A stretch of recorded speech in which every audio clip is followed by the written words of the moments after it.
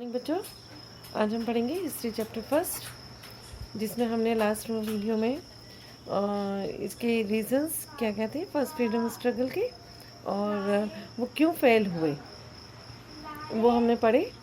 आज हम पढ़ेंगे कि जो फ्रीडम स्ट्रगल स्टार्ट हुई उसका इमीडिएट कोज कौन सा था, जिससे पहली स्वतंत्रता की जो लड़ाई है वो लड़ी गई। तो वो क्या था जो एक हम छोटे से एक वीडियो में पढ़ेंगे। मंगल पांडे, जिनका नाम आपने अधिकतर सुना है, जिसके बारे में हमने लास्ट वीडियो में चर्चा भी की थी, उसका हम पूरा एक उनकी लाइफ के बारे में यहाँ पे शेयर करेंगे कि उनकी लाइफ क्या थी और वो फर्स्ट फ्रीडम स्ट्रगल के इमीडिएट कोज के बारे कोज क्यों जाने गए। एक छोटी सी वीडियो में हम देखते हैं। दोस्तों, आज हम सब एक आज़ाद भारत में सांस लेते हैं और इस भारत को आज़ाद कराया हमारे देश के महान क्रांतिकारियों ने। भारत को गुलामी की बेड़ियों से आज़ाद कराने में एक दो नहीं बल्कि हजारों लोगों ने अपनी जान तक दांव पर लगाई और तब जाकर कहीं अंग्रेजों के जुल्म से हमें 15 अगस्त 1947 को आज़ादी मिली थी। हालांकि दोस्तों, एक समय हर भारतीयों के मन में अंग्रेजों से स्वतंत्रता पाने की चाह तो थी, लेकिन उस समय कोई भी खुलकर अंग्रेजों के तानाशाही का विरोध नहीं कर पा रहा था। और ऐसे में भारत की आज़ादी के लिए आवाज उठाने का काम किया भारत के स्वतंत्रता संग्राम के पहले योद्धा कहे जाने वाले मंगल पांडे ने, जो कि पहले तो ईस्ट इंडिया कंपनी की बंगाल नेटिव इन्फेंट्री में एक सिपाही थे, लेकिन बाद में वही उस समय के सबसे महान क्रांतिकारी बनने में कामयाब रहे।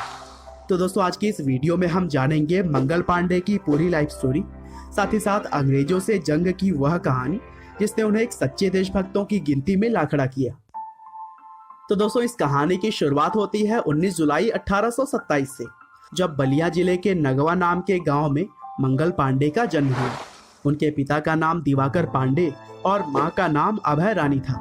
और कहते हैं कि मंगल पांडे बचपन से ही शारीरिक तौर पर काफी हट्टे कट्टे थे और इसीलिए ईस्ट इंडिया कंपनी के सेना के एक अधिकारी ने उन्हें सेना में भर्ती होने की सलाह दी। और फिर 1849 में जब वह करीब 22 साल के थे, तब ईस्ट इंडिया कंपनी की बंगाल सेना के साथ वे तैनात हो गए। हालांकि दोस्तों, नौकरी पाने के कुछ सालों के बाद से भारतीय लोगों के अंदर अंग्रेजी हुकूमतों की बेकार नीतियों और भारतीय लोगों के साथ किए जा रहे भेदभाव के चलते अंग्रेजों के प्रति नफरत काफी बढ़ चुकी थी और एक समय भारत अंग्रेजों के अन्याय से पूरी तरह से जूझ रहा था। हालांकि अभी भी लोग पीठ पीछे अंग्रेजी हुकूमतों की बुराई तो करते थे, लेकिन कोई भी सामने आकर कुछ भी कहने की हिम्मत नहीं जुटा पाता था। लेकिन दोस्तों, अब शुरू होती है वह कहानी जिससे कि आगे सब कुछ बदलने वाला था। यह साल चल रहा था 1857 का, जब अंग्रेजी हुकूमत की सेना की बंगाल यूनिट ने राइफल के अंदर नई तरह के कारतूसों का इस्तेमाल शुरू हुआ। और यह कारतूसें कुछ इस प्रकार की थी कि इसे बंदूक में डालने से पहले अपने दांतों से इसे खोलना पड़ता था। लेकिन जब थोड़े दिनों के बाद से भारतीय सैनिकों को यह पता लगा कि जिन कारतूसों को मुंह से खोलकर वह बंदूक में डालते थे, उन कारतूसों को बनाने में गाय और सुअर की चर्बी का इस्तेमाल किया जा रहा था। और यह बात जब भारतीय सैनिकों को पता चली, तब वे आग बबूला हो गए, क्योंकि अंग्रेज भारतीयों के धर्म को भ्रष्ट करवाने वाले काम करवा रहे थे। और उस समय भारत के हिंदू और मुस्लिम धर्म के लोग इस बात के विरोध में आ गए। और उस समय अंग्रेजों की सेना में काम कर रहे भारतीय जवानों ने नए कारतूस का इस्तेमाल करने से साफ साफ मना कर दिया।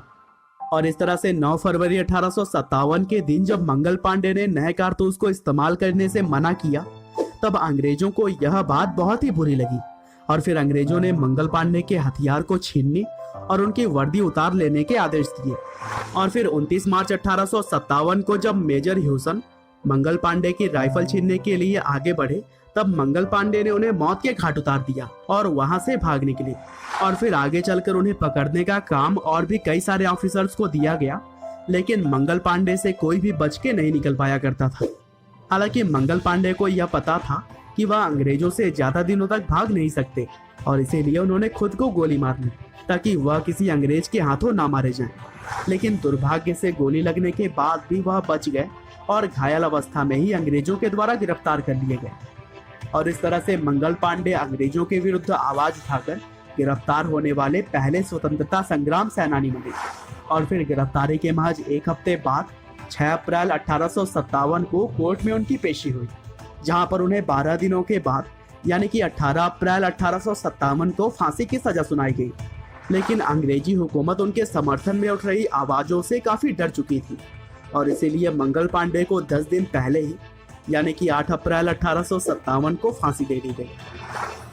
हालांकि दोस्तों, भले ही मंगल पांडे ने देश के लिए अपनी जान न्यौछावर कर दी थी, लेकिन इस फांसी के बाद से पूरे उत्तर भारत में बगावत की आवाज उठने लगी, जो कि जल्द ही पूरे देश में फैल गई और मंगल पांडे से उठी आजादी की चिंगारी ने एक ऐसा रूप लिया जिससे कि 15 अगस्त 1947 को हमारा देश आजाद हो सका। तो दोस्तों, एक बार फिर से हम सलाम करते हैं उन देशभक्तों को जिन्होंने देश की आजादी के लिए अपना सब कुछ न्यौछावर कर दिया। उम्मीद करते हैं कि मंगल पांडे की यह कहानी आपको जरूर पसंद आई होगी। आपका बहुमूल्य समय देने के लिए बहुत बहुत धन्यवाद।